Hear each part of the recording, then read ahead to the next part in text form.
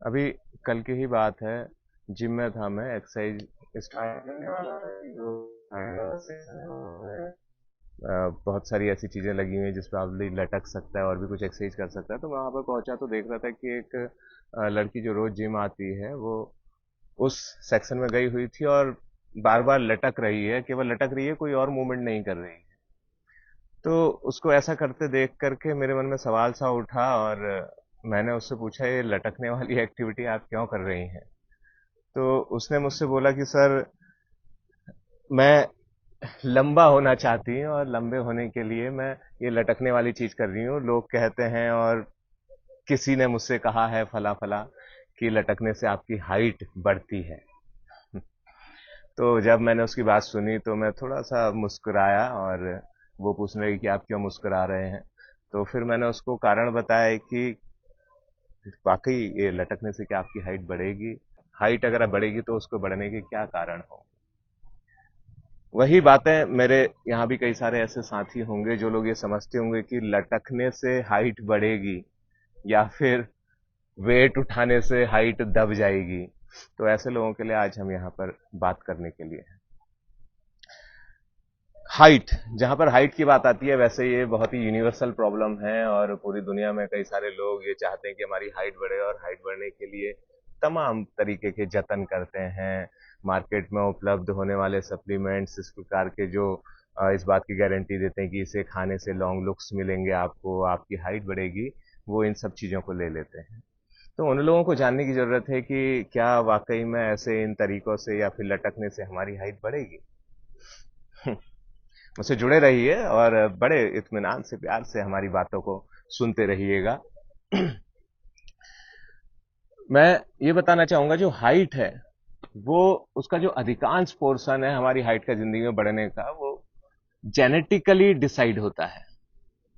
और अगर इसको परसेंटेज में हम बांटें तो 80% ऑफ हाइट आपके जेनेटिक्स पे डिपेंड करती है और जो 20% रिमेनिंग है वो बाकी एनवायरमेंटल फैक्टर्स, जिसमें हम कहेंगे कि आप क्या प्रॉपर न्यूट्रिशन यानी कि प्रॉपर बैलेंस डाइट क्या आप ले रहे हैं, क्या आप फिजिकली एक्टिव हैं, एक्सरसाइज करते हैं, और साथ ही क्या आप एक साउंड स्लीप लेते हैं। अब आपने देखे आंकड़े की जो हमारा जेनेटिक्स है यानी कि जीन पर डिसाइड कर रहा है कि 80% हाइट उसकी वजह से बढ़ेगी और बाकी 20%। तो लटकने वाला सीन तो कहीं पर नहीं आया। ये जो जेनेटिक पोटेंशियल है आपका, बाकी की चीजें जो 20% जो हमारे हाथ में है, जेनेटिक पोटेंशियल हमारे हाथ में नहीं है, जेनेटिक्स हमारे हाथ में नहीं है। हमारे हाथ में ये 20% पोर्शन है जिसमें हम बैलेंस डाइट की बात कर रहे हैं, न्यूट्रिशियस डाइट की बात कर रहे हैं, फिजिकली एक्टिव रहने की बात कर रहे हैं और साउंड स्लीप की बात कर रहे हैं। यहां पर अगर हम मान लिए कि हमारा जेनेटिक्स अच्छा है और वो अच्छी हाइट तक जा सकता है, लेकिन हमारा न्यूट्रिशन अच्छा नहीं रहा तो, और हम फिजिकली एक्टिव भी नहीं रहे और साथ ही हमारी नींद में भी प्रॉब्लम रही, जितनी लेनी चाहिए थी उतनी नहीं ली, तो हम अपने जेनेटिक पोटेंशियल की हाइट तक नहीं पहुंच पाएंगे। तो ऐसे केस में हमें ध्यान रखना है कि हम प्रॉपर यानी कि न्यूट्रिशन की बात हम जब करते हैं तो हम ताजे फल, ताजी सब्जियां प्रॉपर लें, दालें खाएं और डेयरी प्रोडक्ट्स प्रॉपर लें। बाकी भी इनमें से ही जो है आपको माइक्रोन्यूट्रिएंट्स भी मिलते रहेंगे अच्छे। होल ग्रेन्स, जो ग्रेन्स हैं पूरे के पूरे, यानी कि साबुत अनाज हमारी डाइट में होने चाहिए। और साथ ही एक्सरसाइज हम लोग करते रहें। एक ग्रोइंग बच्चों की बात करें तो हम उन्हें 1 घंटा रोज फिजिकली एक्टिव रहना चाहिए, मतलब कि एक्सरसाइज करनी चाहिए, प्रॉपर एक्सरसाइज। हाँ, यहां पर इस बात को जान लेना भी बहुत जरूरी है कि करीब जो आपकी हाइट है वो 18 से 20 साल की उम्र तक बढ़ती है। उसके बाद मोस्ट ऑफ द केसेस में ऐसा नहीं होता है। कुछ अपवाद को छोड़ दो तो किसी एक आध केस में वो ऐसा हो सकता है कि 18 से 20 के ऊपर बढ़ जाए। अदरवाइज 18 से 20 तक यहाँ पर अगर मेरे कुछ दोस्तों ने ये बात सुनी होगी कि ग्रोथ प्लेट्स, जब बच्चा बड़ा होता है तो वो 3 महीने के बाद जब ग्रो करना शुरू करता है तो कुछ साल तक तो वो उसके बाद लगातार एक करीब करीब रिसर्च जो कहती है कि 2.5 इंच पर ईयर के हिसाब से वो बढ़ रहा होता है, नॉर्मली अगर हम जनरल बात कर रहे हैं तो। और जैसे ही उसकी किशोरावस्था आती है, वो किशोरावस्था में प्रवेश करता है, यानी कि प्यूबर्टी की एज में पहुंचता है, तो उस समय उसकी हाइट थोड़ा सा तेजी से बढ़ती है। और लड़कियों के केस में खास खास तेजी से लड़कियों की उस समय बढ़ती है, लड़कों की अपेक्षाकृत। तो वो हाइट बढ़ रही होती है, उस समय तक उनकी जो ग्रोथ प्लेट्स हैं, ग्रोथ प्लेट्स हमारी बोन्स में होती हैं, जो वो ग्रोथ प्लेट्स हैं वो उस समय तक फ्यूज नहीं हुई होती हैं, यानी कि उनमें ग्रोथ करने के चांस रहते हैं। तो वो करीब आपकी जो किशोरावस्था है, एडल्ट एज तक पहुंचने से पहले तक उसमें ग्रोथ होती रहती।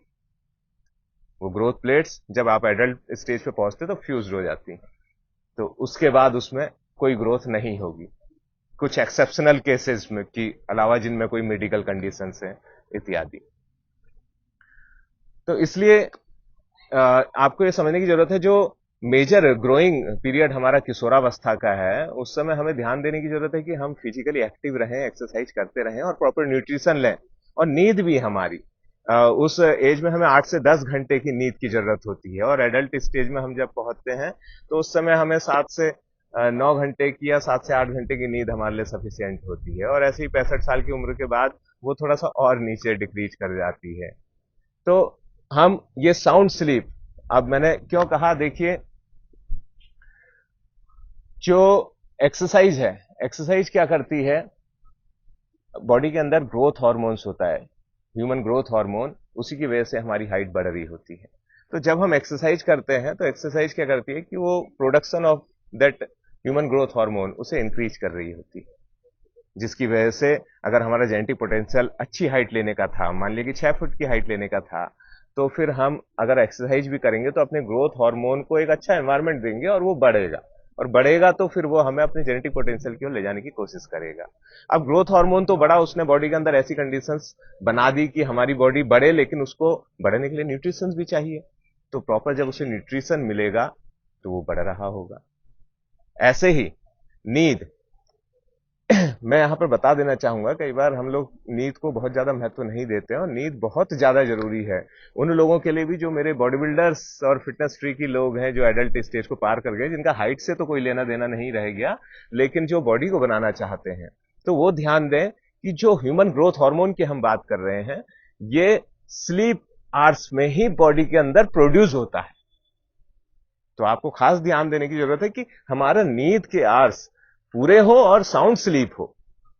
तो जो हमारा हाइट बढ़ाने का इच्छुक बंदा है, वो भी अपने स्लीप आवर्स को जितने उसको चाहिए उस एज के हिसाब से, यानी कि किशोरावस्था के हिसाब से, उसको अगर 8 से 10 घंटे की नींद चाहिए तो उतनी नींद उसको मिलनी चाहिए, तभी उसको उस समय ग्रोथ हार्मोन्स उसके रिलीज होंगे, प्रोड्यूस होंगे, और उसके अकॉर्डिंग जब वो अच्छा न्यूट्रिशन और अपनी एक्सरसाइज को एक्टिव रखेगा तो वो ग्रोथ कर रहा होगा। तो आप समझे कि नींद की भी कितनी ज्यादा महत्ता है। तो ये सारी चीजें हैं, और कुछ लोगों में ऐसा जरूर हो सकता है कि मेडिकल कंडीशंस होने के नाते उनकी हाइट ना बढ़ पा रही हो, तो ऐसे केसेस में उन्हें डॉक्टर्स के पास जाने की जरूरत है। उनमें हो सकता है ग्रोथ हार्मोन का प्रोडक्शन मेडिकल कंडीशंस की वजह से ना बन पा रहा हो उस लेवल का, तो उन्हें डॉक्टर को दिखाने की जरूरत है। वरना जो नॉर्मल बंदे हैं मेरे भाई, उन्हें लटकने लुटकने वाली चीजें करने की कोई जरूरत नहीं है। वो ध्यान दें, ऐसे अगर ऐसा होता तो मैं समझता हूं कि साइंस अगर ऐसा कहती कि लटकने से ऐसा कुछ हो जाता, तो एक ऐसी एक्सरसाइज भी इजाद होती कि जिसमें 2 बंदे नीचे से पैर पकड़ के खींच रहे हैं और 2 बंदे हाथ पकड़ के खींच रहे हैं रोज, और बंदा बड़ा होता जा रहा है, लंबा होता जा रहा है। ऐसा नहीं है। ऐसी अफवाहों पर, र्यूमर्स पे ना जाएं। कोई अलग सी चीज जो इस गारंटी के साथ बेची जाती हैं, उनको खाने से या फिर ऐसे लटकने लुटकने से हाइट नहीं बढ़ने वाली। आप का जीन 80% डिसाइड करेगा कि आपकी हाइट कितनी जाएगी। उसके बाद आप प्रॉपर न्यूट्रिशन लें, फिजिकली एक्टिव रहें, एक्सरसाइज करें, और जितनी नींद की आवश्यकता है, एक साउंड अच्छी नींद लें। आपकी हाइट जितनी बढ़नी होगी जेनेटिकली, उस पोटेंशियल तक पहुंच पाएगी। तो गाइस, मैं समझता हूं कि आप लोग इस हाइट वाले और लटकने लुटकने वाले मुद्दे को बहुत बेहतर तरीके से समझ गए होंगे और अपनी कंडीशन के अनुसार डिसीजन ले सकेंगे। विश यू ऑल अच्छी हाइट, अच्छी फिटनेस।